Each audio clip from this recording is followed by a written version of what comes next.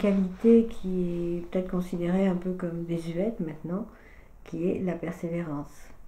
Et j'avais une fois assisté à une conférence par une femme professeure de lettres dans une école pour surdoués, une des rares, et qui justement avait parlé de la persévérance en disant que c'était une des notions essentielles qu'on devait enseigner aux enfants doués surtout, parce qu'ils sont tellement habitués à réussir sur le champ que quand ils ne réussissent pas sur le champ, ils pensent que ça n'est pas la peine, c'est fini, c'est pas la peine, de toute façon ils réussiront pas. Si ça passe tout de suite, ça va, si ça ne passe pas tout de suite, c'est que ça ne passera jamais.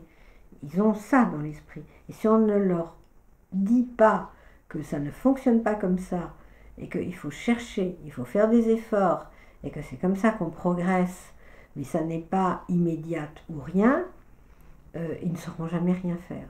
C'est très frappant dans les... Alors, oui, c'est très frappant, par exemple, ils font de la musique, ils font quelque chose qui n'est pas scolaire, qui n'est pas obligatoire. Eh bien, au début, ils sont doués, ils réussissent très bien. Puis à partir du moment où il faut travailler vraiment, faire des exercices, parce que les morceaux qu'ils doivent jouer sont plus difficiles, ils ne peuvent pas les jouer comme ça sans avoir préparé. À partir de ce moment-là, ils arrêtent. Alors comme c'est de la musique, on dit bon, ça n'est pas obligatoire, ça n'est pas la peine de les embêter, ils ont déjà assez de travail à l'école, alors qu'ils font rien du tout.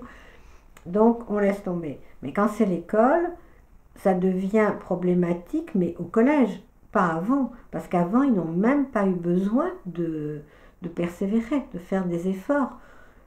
Et après, on dit, ben voilà, ils sont paresseux, ils sont fainéants, ils ont un poil dans la main, les parents au téléphone me disent, ça n'est pas un poil, c'est un baobab. Et... Mais non, ils ont été élevés comme ça. On les a élevés dans l'idée que ça va très bien, on les félicite. Et s'il y a des petits manques, des petites failles, ben c'est normal, personne n'est parfait, on ne va pas les embêter avec ces petits manques, on va pas insister. Donc on laisse courir en disant ben, ça n'est pas grave, c'est normal qu'il y ait des hauts et des bas. Et lui aussi considère que c'est normal.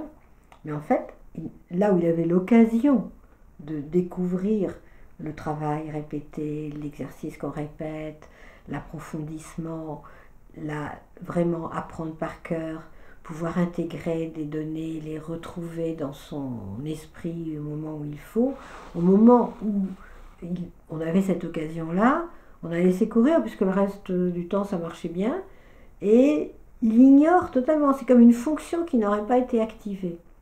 Et ça, pour un enfant doué, ignorer cette notion de persévérance est complètement dramatique. Alors il y en a qui sont persévérants de nature, c'est-à-dire qui s'accrochent, ils aiment relever un enjeu, ils ont le goût du défi. Alors, si c'est difficile, ils s'accrochent encore plus. Non, non, non, je vais y arriver, je vais y arriver. Si on leur dit, mais tu sais, c'est pour des enfants beaucoup plus grands que toi, puisque le test s'arrête à 17 ans, on dit, tu sais, ça n'est pas grave si tu sais pas.